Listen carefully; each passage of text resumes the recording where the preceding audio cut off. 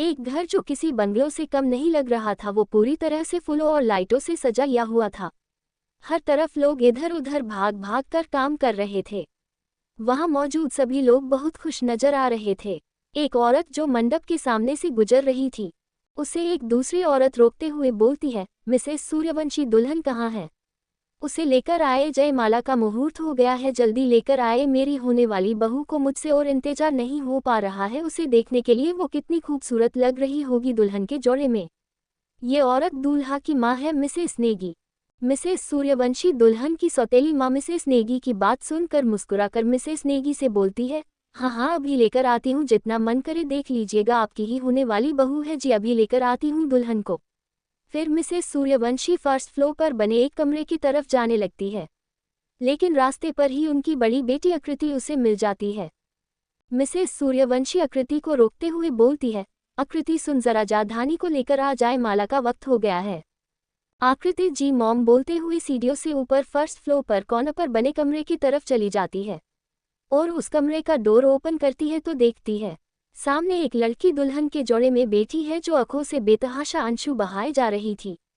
आकृति उसे इस तरह से आंसू बहाते देख घबरा कर उसके पास जाती है और उस लड़की का फेस अपने हाथों में भरते हुए उससे पूछती है, धानी बच्चा क्या हुआ, तुम रो क्यों रही हो? अभी तुम्हारी विदाई नहीं हो रही जो तुम इतना रो रही हो? आज तो तुम्हारे लिए कितनी खुशी का दिन है। तुम जिससे प्यार करती हो वो तुमसे शादी कर रहा है, फिर ये रोना धोना क्यों? देखो तो तुम्हारा मेकअप भी खराब हो रहा है, देखो काजल मस्कारा भी खराब हो गया है।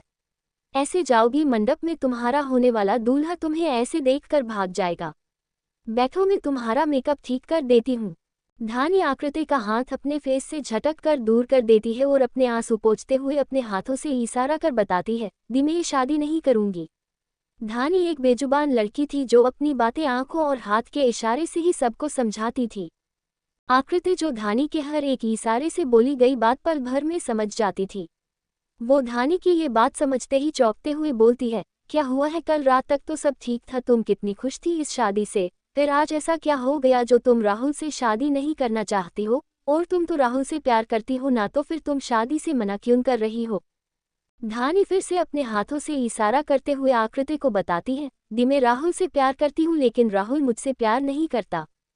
धानी की इशारे से कही बात समझकर आकृति को एक और झटका लगता है कि जो राहुल धानी के आगे पीछे घूमते हुए उसे उससे शादी करने के लिए कहता रहता था, वो राहुल धानी से प्यार नहीं करता है। आकृति हैरानी भरी आवाज में बोली, अगर राहुल तुमसे प्यार नहीं करता तो फिर किससे करता है? और अगर तुमसे प्यार नहीं करता तो तुमसे शादी क्यों कर रहा है? धानी आकृति की सवाल सुनकर अपने हाथ से एक उंगली से खुद को दिखाती है, फिर एक उंगली आकृति की तरफ करती है, फिर दोनों हाथों से एक छोटा बच्चा बनाकर दिखाती है, फिर दोनों हाथ जोड़कर अपने दिल के पास ले जाकर रोने लगती है।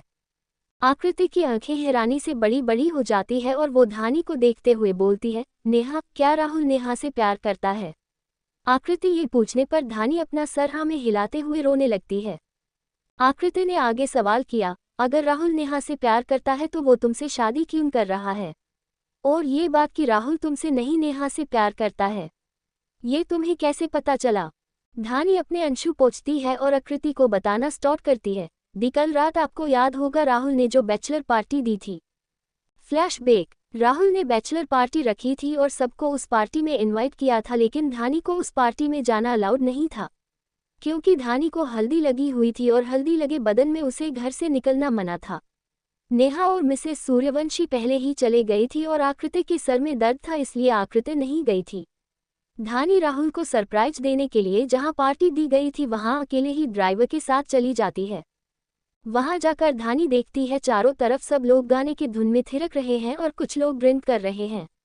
धानी चारों तरफ राहुल को ढूंढने लगती है, तब वो देखती है कि राहुल बार काउंटर पर ड्रिंक ले रहा है, तो धानी उसकी तरफ जाने लगती है, लेकिन राहुल ड्रिंक लेकर एक प्राइवेट रूम की तरफ चला जाता है, तो धानी भी उसके पीछे पीछे चली जाती है।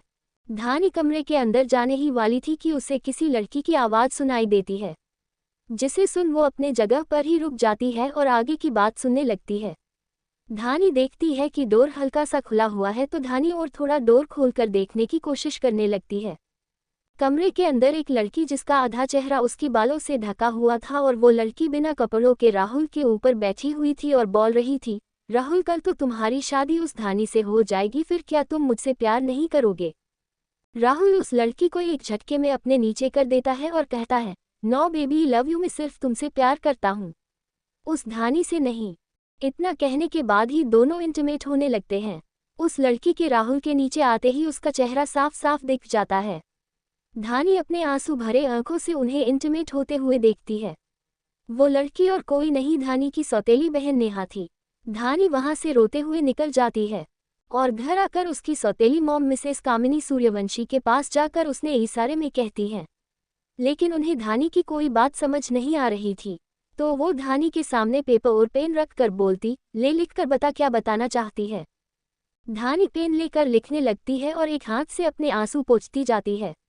उसे इस तरह रोते हुए देखकर कामिनी इरिटेट होते हुए बोलती है, पता नहीं कौन मर गया जो इतने आंसू बहा रही है। धानी उनकी तारफ पेपर बढ़ा देती है और कामिनी पेपर पढ़ना स्टार्ट करती है और जैसे जैसे वो पेपर पढ़ती जाती है उनके फेस के एक्सप्रेशन चेंज होते जाते हैं। कामिनी पूरा पेपर पढ़कर एक गहरी सांस लेती है और धानी से बोलती है, देख तुझे ये शादी तो करनी ही पड़ेगी। धानी उसकी बात सुनकर ना में सर हिलाती है तो कामिनी उसे एक जोर का थप्पड़ मारती है और उसके जबड़े को कसकर पकड़ते हुए कहती है, तुझे ये शादी करनी ही पड़ेगी और अगर तूने ये बात किसी को बताया तो मुझसे बुरा कोई नहीं होगा, समझी? और धानी को बाजू से पकड़कर खींचते हुए उसके कमरे में लाकर कमरे में धक्का देकर कमरे का डोर लॉक करते हुए कहती है, अब ये डोर कल ही खुलेगा और अगर तूने कोई चालाकी की तो मैं तेरी हालत खराब कर दूंगी। और धानी को कमरे में लॉक कर वहां से चली जाती है। आकृति ये सब सुनकर हैरान रह जाती है, फिर खुद को संभालते हुए धानी को चुप कराते हुए कहती है, राहुल तुमसे प्यार नहीं करता है तो नेहा को छोड़कर तुमसे शादी क्यों कर रहा है?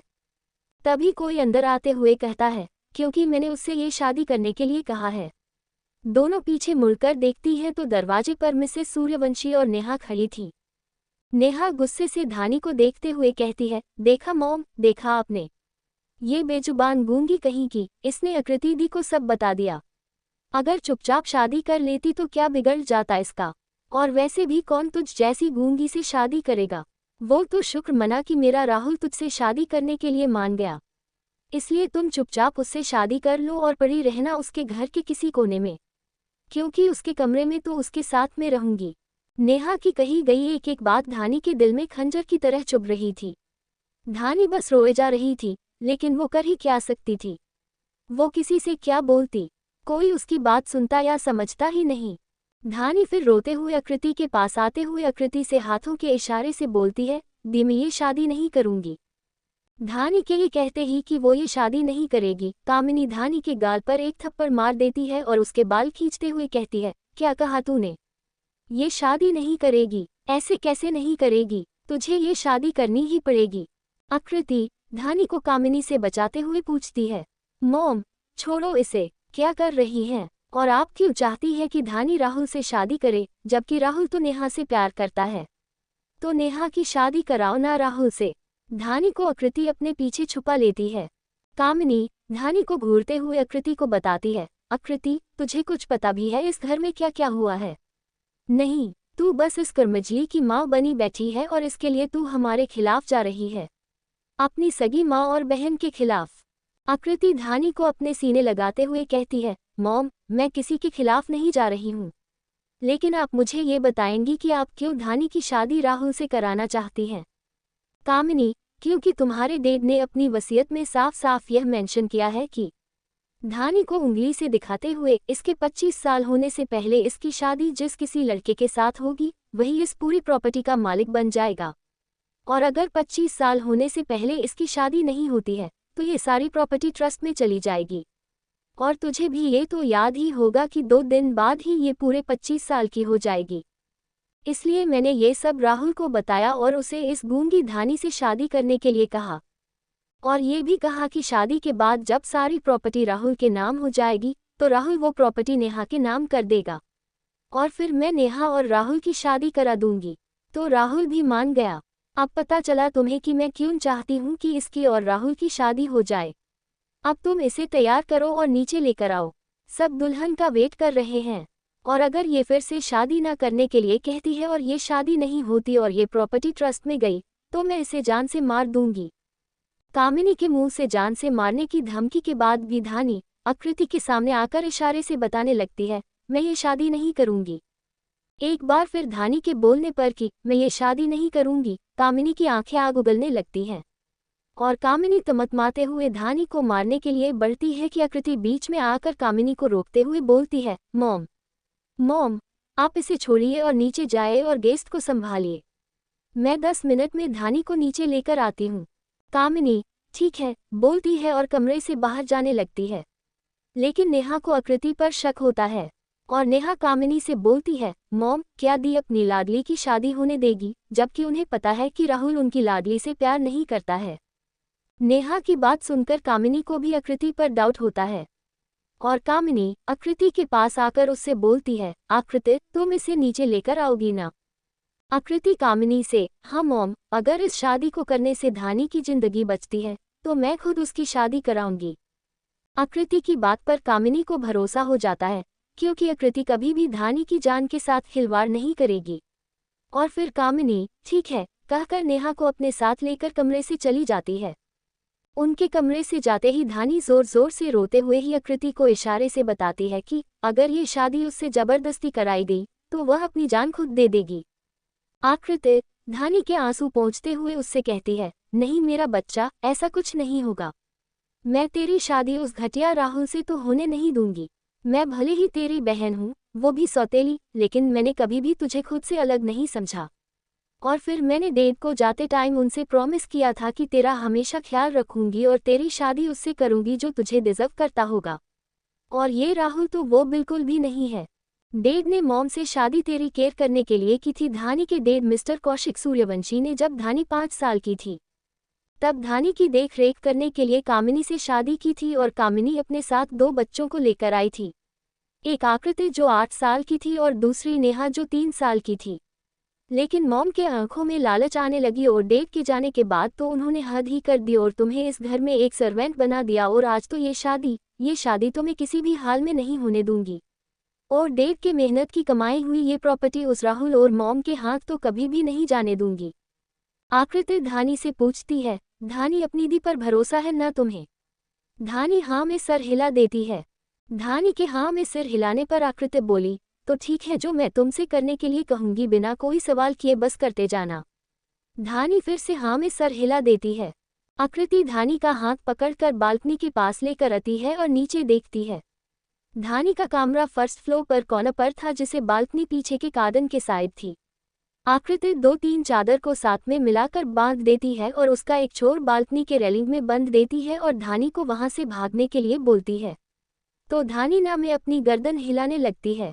तो आकृति धानी को डरता देख समझाते हुए बोलती है, देख धानी, अगर तुम यहाँ रही तो मॉम तुम्हारी शादी उस राहुल से करा देंगी और शादी के बाद ये तीनों मिलकर तेरी जिंदगी नर्क बना देंगे।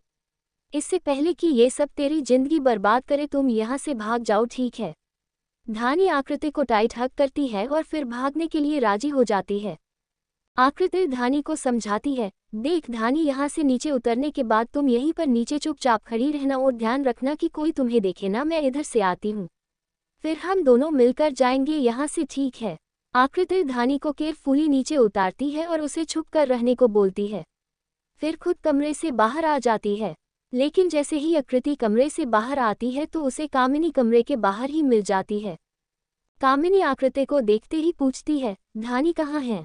आकृति अपना थूक गटकते हुए कामिनी से बोलती है, मॉम, वो जो उसे मारा था उससे उसका पूरा मेकअप और कपड़े खराब हो गए थे, इसलिए बाथरूम में गई है।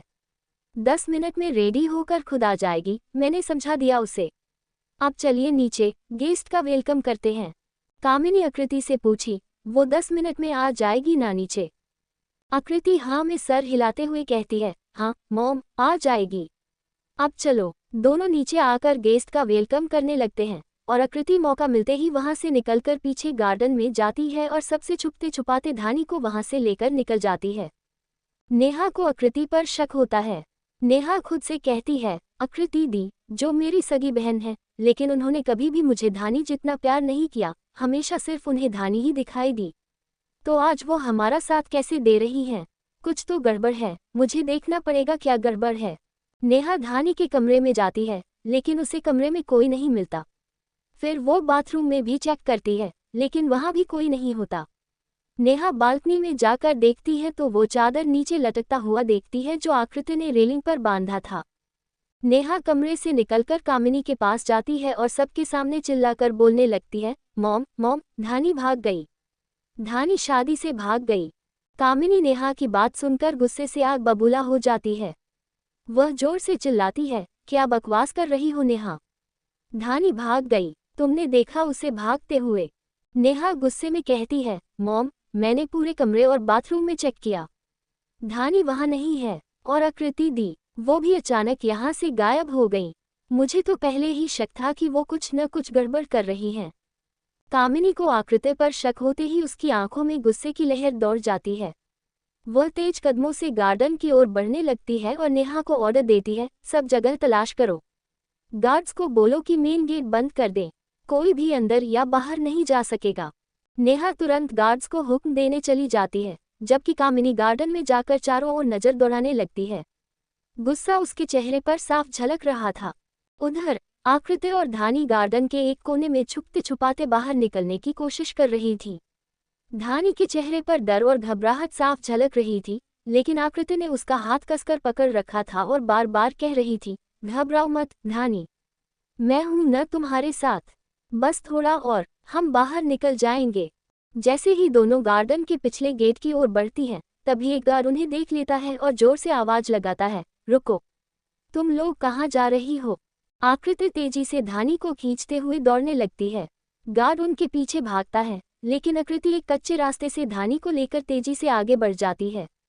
कामिनी और नेहा को जैसे ही गार्ड से यह बात पता चलती है, वे दोनों गुस्से में वहीं से चिल्लाने लगती हैं, पकड़ो उन दोनों को, धानी को किसी भी हालत में जाने मत दो। लेकिन आकृति और धानी गार्ड्स को चकमा देकर एक छोटी सी सड़क के किनारे पहुंच जाती हैं, जहां आकृति ने पहले से ही एक टैक्सी बुक करवा रखी थी। टैक्सी में बैठते हुए आकृति धानी से कहती है, अब हम सेफ हैं धानी, किसी भी कीमत पर मैं तुम्हें इस जाल से बचाकर ही रहूंगी।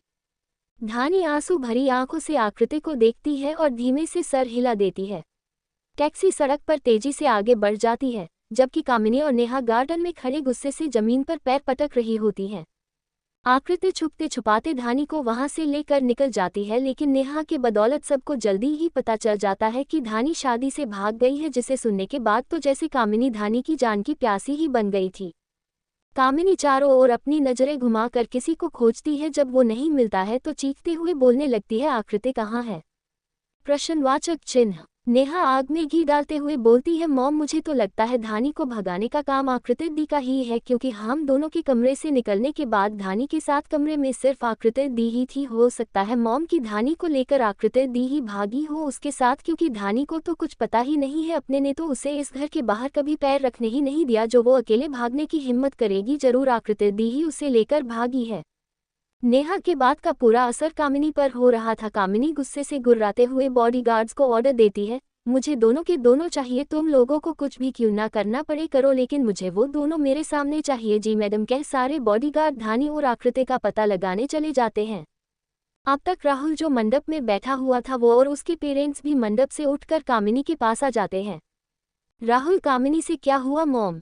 कामिनी अपनी जलती हुई आंखों से राहुल को देखती है और वैसे ही गुस्से से बोलने लगती है, भाग गई वो, और अकेले नहीं भागी है, अपने साथ हमारी दौलत, सोहरत, हमारी इज्जत और हम सब के सपने लेकर भागी है। जब तक वो वापस नहीं आ जाती है और तुम्हारी शादी उससे नहीं हो जाती है, हम चाह कर भी कुछ नहीं कर सकते हैं इस प्रॉपर्टी का।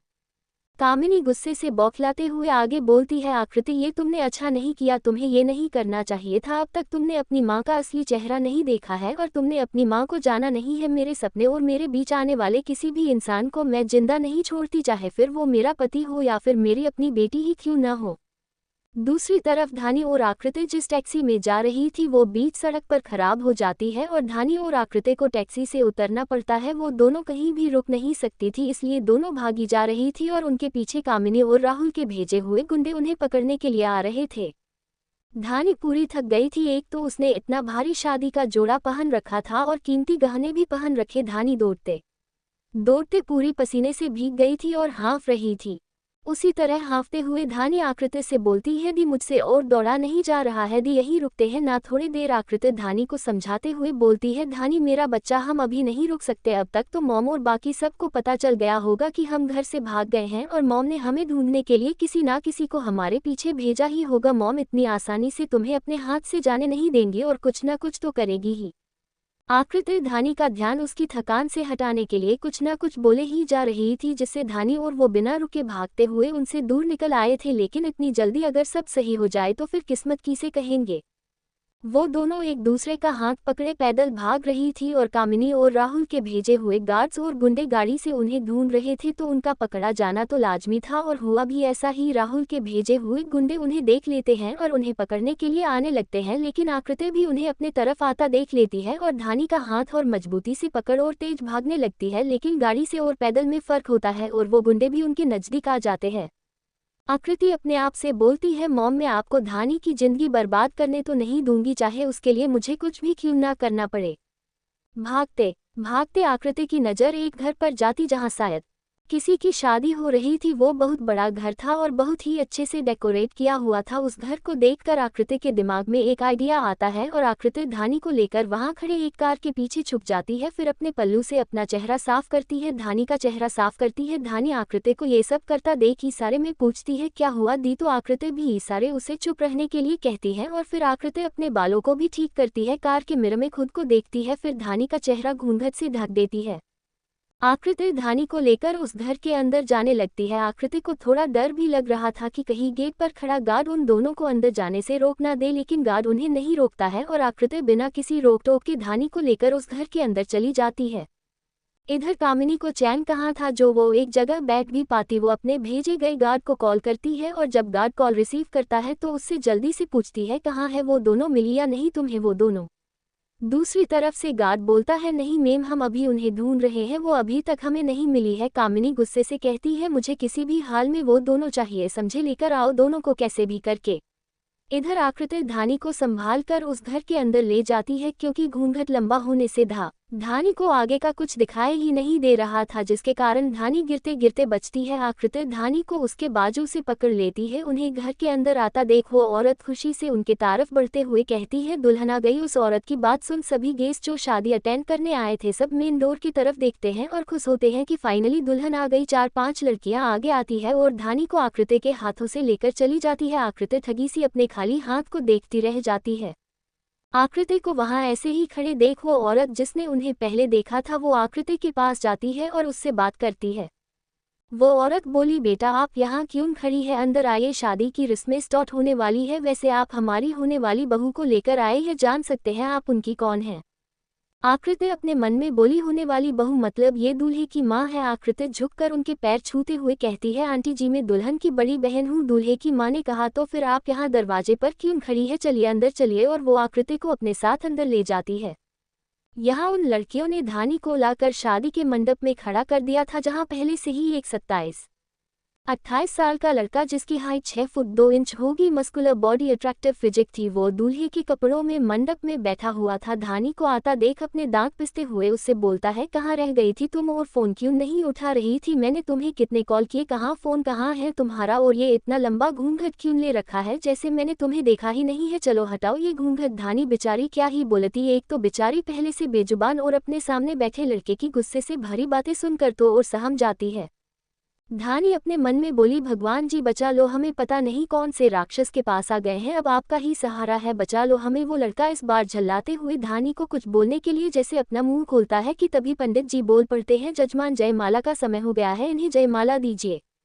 वो औरत पंडित जी की बात सुन मंडप के सामने खड़ी लड़की से बोलती है, आकांक्षा बेटा भाई और भाभी को जयमाला दो। आकांक्षा यस मॉम बोलकर उस लड़के और धानी को जयमाला देती है और पंडित जी दोनों को वो माला एक दूसरे को पहनाने के लिए बोलते हैं। दूल्हा धानी के गले में जयमाल डाल देता है, लेकिन धानी नहीं डालती है। धानी घबरा रही थी, उसे माला ना डालता देख वो औरत बोलती है, क्या हुआ बेटा, जयमाला डालो। ये बोलते हुए वो औरत मंडप की तरफ जाने लगती है, लेकिन जब आकृति उन्हें धानी की तरफ जाता देखती है तो खुद आगे आकर उनसे बोलती है, आंटी आप रहने दीजिए, मैं देखती हूँ क्या हुआ है। तब वो औरत बोली, ठीक है बेटा जाओ देखो। आकृति धानी के पास जाती है और उसके कान में बोलने लगती है, धानी बच्चा देख मैं समझ सकती हूँ तेरे मन में इस वक्त बहुत सारे सवाल उठ रहे होंगे, लेकिन बच्चा अभी ये सब छोड़ और ये सोच, अगर तुम यहाँ से निकलोगी तो इन लोगों की बहुत बदनामी होगी और फिर हम दोनों को भी मॉम के लोग पकड़ लेंगे और फिर जबरदस्ती तुम्हारी शादी उस राहुल से कर देंगी और डेट की मेहनत की कमाई भी वो सब तुमसे छीन लेंगे। और अगर तुम ये शादी कर लेती हो तो तुम्हारी ही जिंदगी संवर जाएगी और ये लोग बड़े लोग लग रहे हैं कि इन्हें तुम्हारी प्रॉपर्टी की कोई ज़रूरत ही नहीं होगी, फिर तुम मॉम डेट का सपना भी पूरा कर पाओगी। बच्चा डाल दो। जयमाला और कार्लो ये शादी सब उन दोनों को बातें करते देख सब आपस में बात करने लगते हैं कि क्या हुआ जो दुल्हन दूल्हे के गले में जयमाला नहीं डाल रही है। इधर दूल्हा भी शहर के पीछे गुस्से से भर रहा था। दूल्हा गुस्से से अपने मन में खुद से बोलता है, एक बार ये शादी हो जाए फिर मैं तुम्हें बताता हूँ कि मैं कौन हूँ। धानी आकृति की बातों सुन कुछ देर सोचती है, फिर अपने मॉम डेड को याद कर दूल्हे के गले में जयमाला डाल देती है। फिर पंडित जी बाकी की शादी की रस्में शुरू करते हैं और दोनों को अपने अपने स्थान पर बैठने को बोलते हैं और कुछ मंत्र पढ़ते हैं। फिर दोनों का गठबंधन करने के लिए बोलते हैं। आकृति आकर दोनों का गठबंधन करती है। फिर पंडित जी दोनों को फेरे के लिए खड़े होने को बोलते हैं। दोनों फेरे लेने के लिए खड़े होते हैं। पंडित जी मंत्र पढ़ते हुए दोनों को फेरे शुरू करने के लिए कहते हैं। दूल्हे की बहन आकांक्षा बोलती है, भैया 7 जन्म का रिश्ता जोड़ने जा रहे हो, हाथ तो पकड़ो एक दूसरे का। आकांक्षा की बात पर वहां खड़े सभी लोग दोनों को हाथ पकड़ने के लिए बोलने लगते हैं तो दूल्हा अपना हाथ धानी की तरफ बढ़ा देता है। ये देख आकृति धानी का हाथ पकड़कर दूल्हे के हाथ पर रख देती है। जैसे ही धानी का हाथ दूल्हे के हाथ पर रखाता है दोनों को ही एक काट लगता है, जिससे धानी का हाथ दूल्हे के हाथ से छूटने लगता है तो दूल्हा धानी का हाथ मजबूती से पकड़ लेता है। दूल्हा अपने मन में बोला, तुम वो नहीं हो जिसके साथ में ये शादी करने वाला था, तो फिर तुम कौन हो और यहाँ कैसे आई। फिर दोनों फेरे पूरे करते हैं। पंडित जी बोलते हैं, अब आप दोनों अपने अपने स्थान पर आसन ग्रहण करें। फिर पंडित जी और मंत्र उच्चारण करते हुए फिर दूल्हे को दुल्हन के मांग में सिंदूर भरने के लिए बोलते हैं। दूल्हा धानी की मांग में सिंदूर भरता है, फिर गले में मंगलसूत्र पहनाता है। पंडित जी कहते हैं, ये शादी संपन्न हुई, अब आप दोनों जाकर अपने बड़ों का आशीर्वाद ले। अब आप दोनों जीवन भर के लिए पति पत्नी के रिश्ते में बंध गए हैं। पंडित जी की बात खत्म होने पर दूल्हे की माँ आगे आती है और दूल्हा और दुल्हन को पंडित जी का आशीर्वाद लेने के लिए बोलती है। दोनों पंडित जी का आशीर्वाद लेने के लिए नीचे झुकते हैं और उनका पैर छूकर आशीर्वाद लेते हैं। पंडित जी आशीर्वाद देते हैं, सदा सुहागन रहो, दूतो नहाओ पूतो फलो। पंडित जी के आशीर्वाद देने के बाद दूल्हे की मां दोनों को एक बुजुर्ग दंपति के पास ले जाती है और दोनों को उनका आशीर्वाद लेने के लिए बोलती है और धानी को बताती है कि ये तुम्हारे दादा ससुर और दादी सास है। दोनों उनका आशीर्वाद लेते हैं। बुजुर्ग दंपति भी सदा सुहागन रहने का आशीर्वाद देते हैं। दोनों और भी लोगों के आशीर्वाद लेते हैं। फिर दूल्हे की माँ, जिन्होंने अभी तक दुल्हन का चेहरा नहीं देखा था, वो दुल्हन के चेहरे से उसका घूंघट उठा देती है तो धानी और आकृति दोनों अपने अपने आंखें बंद कर लेती है कि अब पता नहीं ये लोग क्या करेंगे ये दुल्हन का चेहरा देखकर। लेकिन लोगों की बातें सुन दोनों चौंक जाती है और अपनी आंखों को खोलती है। सिर्फ धानी और आकृति ही नहीं चौंके थे, चौंक तो कोई और भी गया था दुल्हन का चेहरा देखकर। ये और कोई नहीं, हमारे दूल्हे राजा थे, जो अपनी दुल्हन की जगह किसी अजनबी लड़की को खड़ा देखे दूल्हा अपने चेहरे से सेहरा हटा देता है। दूल्हे की बुआ दूल्हे की माँ से बोलती है, संजना बहू तो बहुत सुंदर ढूंढी है तुमने, कितनी खूबसूरत है, एकदम चांद का टुकड़ा है, चांद का टुकड़ा। और धानी की बालाई लेने लगती है। संजना जी बोली, दीदी बहू को मैंने नहीं, धैर्य को दिखाते हुए बोली, इसने ढूंढा है, इसकी पसंद की है हमारी बहू।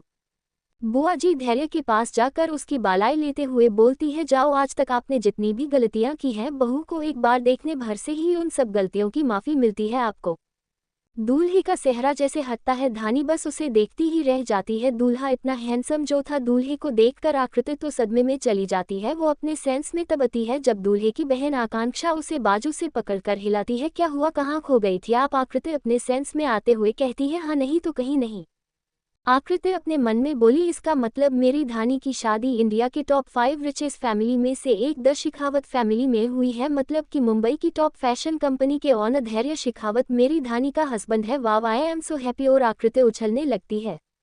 उसे ऐसे उछलते देख आकांक्षा पूछती है, क्या हुआ आपको।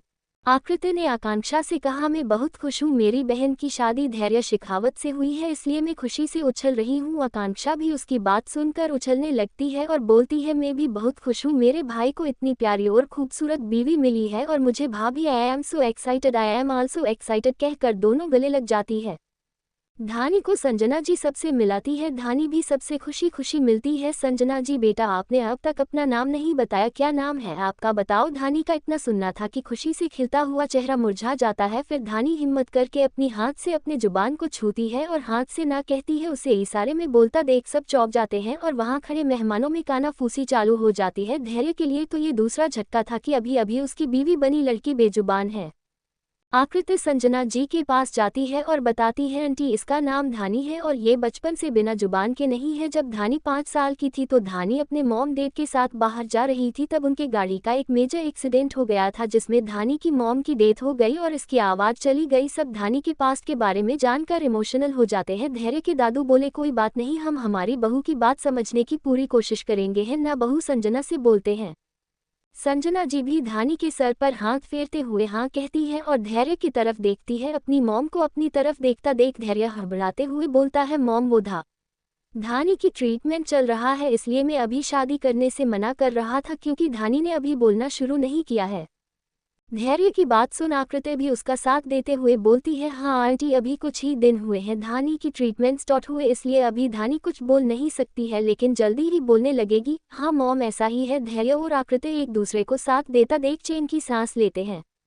संजना जी हाँ में सर हिलाती है और आकांक्षा से कहती है आकांक्षा बेटे अपनी भाभी को गेस्ट रूम में ले जाओ, वो बहुत थक गई है, थोड़ा आराम कर लेंगी। ओके मॉम, पर मॉम भाभी को तो भाई के कमरे में ले जाना चाहिए ना, तो फिर गेस्ट रूम में क्यों? क्योंकि अभी कुलदेवी की पूजा होना बाकी है। कल जब धैर्य और धानी जाकर कुलदेवी की पूजा कर लेंगे तब धैर्य के कमरे में धानी को शिफ्ट कर देंगे, फिर ये दोनों अपने आने वाले जीवन का आरंभ कर सकते हैं। ओके बेटा भाभी को लेकर जाओ, उसे आराम करने दो। फिर संजना जी आकृति से पूछती है बेटा आपका नाम क्या है। आकृति जवाब देती है आंटी आकृति नाम है मेरा। ठीक है बेटा तुम भी धानी के पास जाओ और आराम